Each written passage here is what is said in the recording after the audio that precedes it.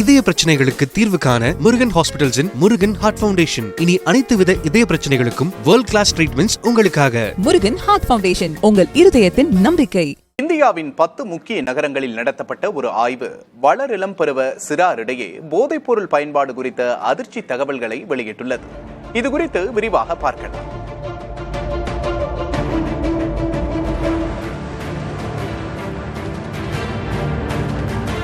வளரிளம் பருவத்தினர் பலரும் நினைத்துக் கொண்டிருப்பதை விட மிக விரைவிலேயே போதைப் பொருட்களை பயன்படுத்த தொடங்கிவிடுகின்றனர்.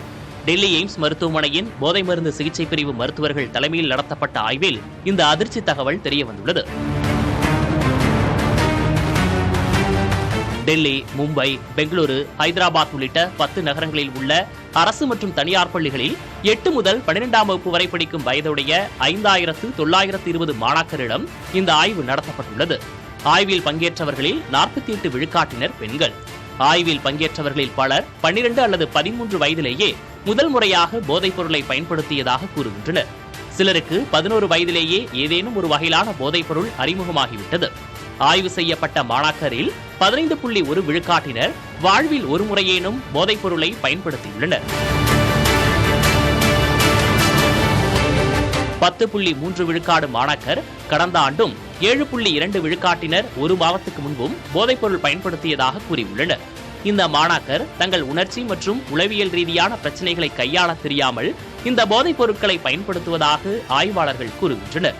மேலும் சரிபாதிக்கு அதிகமானோர் போதைப் பொருள் பயன்படுத்துவதை தங்கள் குடும்பத்தினரிடமிருந்து மறைக்க விரும்புவதாகவும் கூறியுள்ளனர்.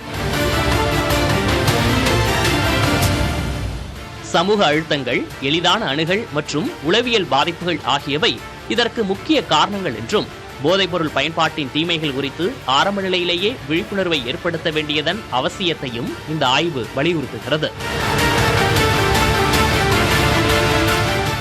இதய பிரச்சனைகளுக்கு தீர்வு காண முருகன் ஹாஸ்பிடல்ஸின் முருகன் ஹார்ட் ஃபவுண்டேஷன். இனி அனைத்து வித இதய பிரச்சனைகளுக்கும் வேர்ல்ட் கிளாஸ் ட்ரீட்மெண்ட்ஸ் உங்களுக்காக. முருகன் ஹார்ட் ஃபவுண்டேஷன், உங்கள் இருதயத்தின் நம்பிக்கை.